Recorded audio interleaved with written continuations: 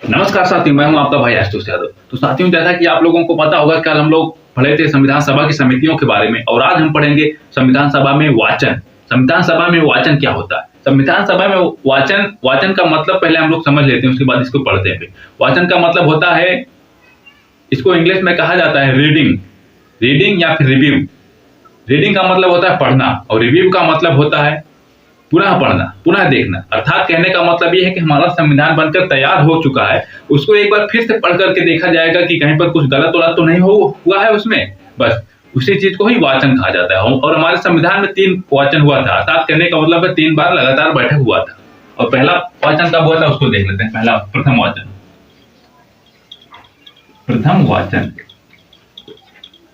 आप लोग हेडिंग डाल लीजिएगा संविधान सभा में वाचन। संविधान सभा में टोटल 3 वाचन हुए थे। आप लोग पहले हेडिंग डालिएगा प्रथम वाचन। जो प्रथम वाचन हुआ था यह 4 नवंबर 1948 से लेकर के 4 नवंबर 1948 से लेकर के 9 नवंबर 1948 तक चला था। 9 नवंबर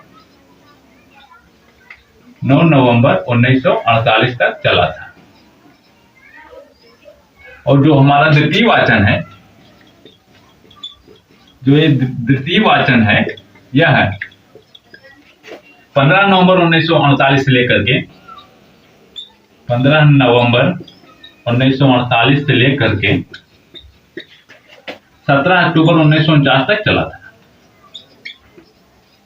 17 अक्टूबर 1949 तक चला था। और जो हमारा तृतीय वाचन है यह 14 नवंबर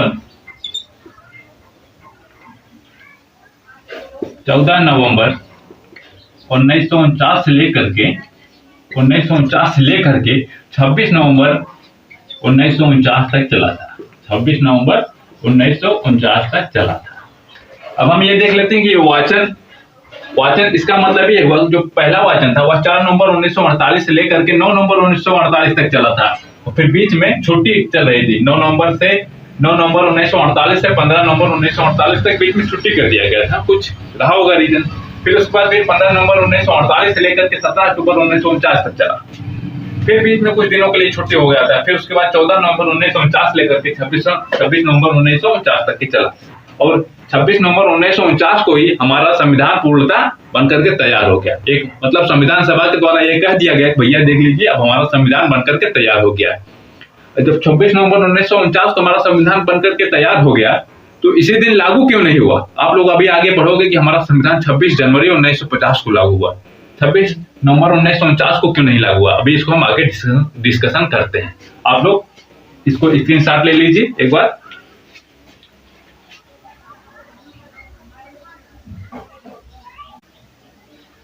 ठीक है, आप लोग स्क्रीनशॉट ले लिए? ठीक है।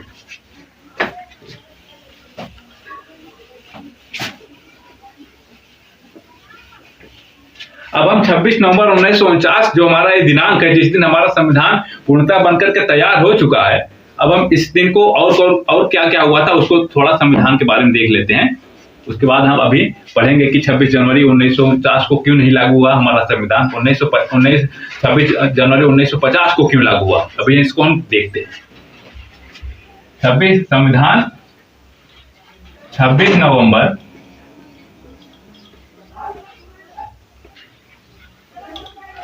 नवंबर 1949।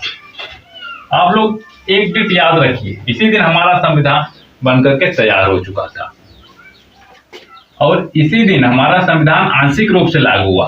आप ऐसे जैसे मैं बना रहा हूं वैसे बनाइएगा। संविधान आंशिक रूप से लागू हो गया। संविधान आंशिक रूप से लागू हुआ। संविधान आंशिक रूप से लागू हुआ। संविधान आंशिक रूप से लागू होने का मतलब क्या है? जब संविधान 26 नवंबर 1949 को कहने का मतलब यह है कि इस दिन जो हमारे संविधान में अनुच्छेद थे, उसमें से 16 जो इंपोर्टेंट अनुच्छेद थे, जिनके बिना हमारा देश को चलाने को मतलब नहीं चल सकता था हमारा देश, उनको 26 नवंबर 1949 को ही लागू कर दिया गया और बाकी का जो अनुच्छेद है उनको 26 जनवरी 1950 को लागू किया गया। अभी हम इसको आगे देखेंगे कि हाँ 26 जनवरी 1950 को क्यों लागू किए गए, पहले इसको देख लेते हैं। इसमें कौन कौन से अनुच्छेद लागू किए गए भैया? कुल संविधान के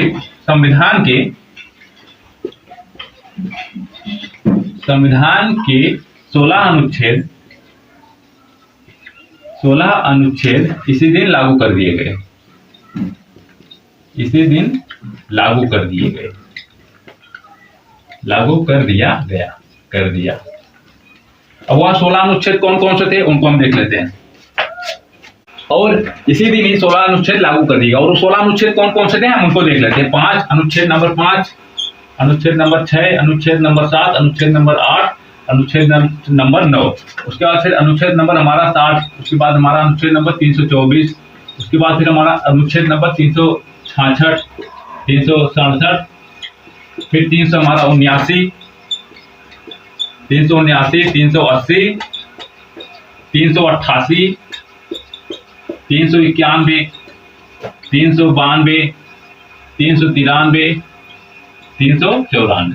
ये जो हमारे 16 अनुच्छेद हैं इनको 26 नवंबर 1949 को भी लागू कर दिया। एक बार हम फिर से इसको देख लेते हैं कि ये 16 अनुच्छेद होते हैं कि नहीं। 1, 2, 3, 4, 5, 6, 7, 8, 9, 10, 11, 12, 13, 14, 15, 16। हाँ 16 अनुच्छेद हैं। ये सब जो अनुच्छेद हमारे 26 नवंबर 1949 को भी लागू कर दिए गए, क्योंकि इन सब अनुच्छेदों के बिना हमारे देश को चलाना तो असंभव था। इनके बिना कहने का मतलब ये है कि ये जरूरी थे देश को चलाने के लिए अनुच्छेद, क्योंकि इसमें नागरिकता है। और उसी समय यदि नागरिकता को हम ना अपने भारत के देशों को समझे तो कोई भी हमारे देश का नागरिक बन सकता था। इसलिए इनको लागू करना बहुत जरूरी था, एक प्रकार से समझिए। ठीक है, आप लोग इसको स्क्रीनशॉट लीजिए। इसको अभी हम और थोड़ा आगे पढ़ते हैं।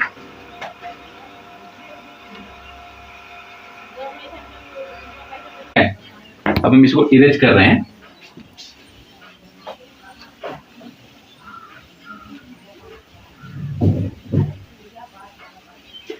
अब हम देख लेते हैं कुछ बेसिक जो हमारा है उसको देख लेते हैं संविधान से संबंधित। संविधान को बनने में कुल 2 साल 11 महीने 18 दिन लगे। अब हम ये देख लेते हैं संविधान को बनने में कितने दिन लगे। क्योंकि हमारा संविधान बन गया है तो उसके बारे में हम कैसे कैसे बना उसको तो हम लोग पढ़ लिए। अब हम ये भी देख लेते हैं कि संविधान हमारा कितने दिन में बना। संविधान हमारा 2 साल 11 महीने 2 साल 11 महीने और 18 दिन में बनकर तैयार हुआ। 18 दिन में बना। अर्थात कहने का मतलब यह है कि हमारे भारतीय संविधान को बनने में टोटल 2 साल 11 महीने और 18 दिन लगे। ठीक है, आप लोग इसको लिखिए। और एक बात और ये भी है कि संविधान को बनने में फ्री में थोड़ी बना होगा, उसको बनने में कुछ पैसा वैसा लगा होगा। तो हम ये समझ लेते हैं कि उसको बनने में कितने पैसे लगे। संविधान को बनने में टोटल खर्च, संविधान को बनने में कुल खर्चा,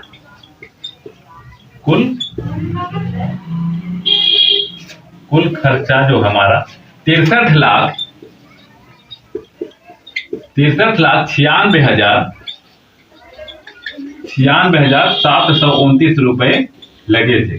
कुल 63,96,729 रुपए का खर्चा कुल आया था। ठीक है, हमारे संविधान को बनने में कुल 63,96,729 रुपए का खर्चा लगा था टोटल, मतलब सही। और इसी को लगभग में मान लिया जाए तो लगभग 64 लाख रुपए का खर्च आया था। आप इसको भी लिख लीजिए।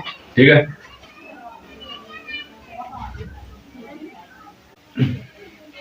ठीक है, आप लोग इसको लिख लिए। चलिए हम इसको इरेज कर रहे हैं।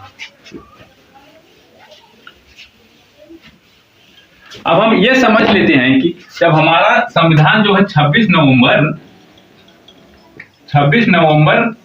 1949 को बन गया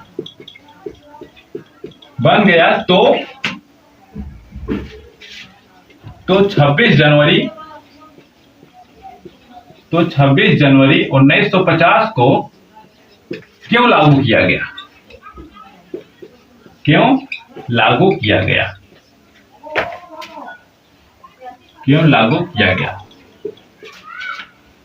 जब संविधान, यहां पे लिख लीजिएगा,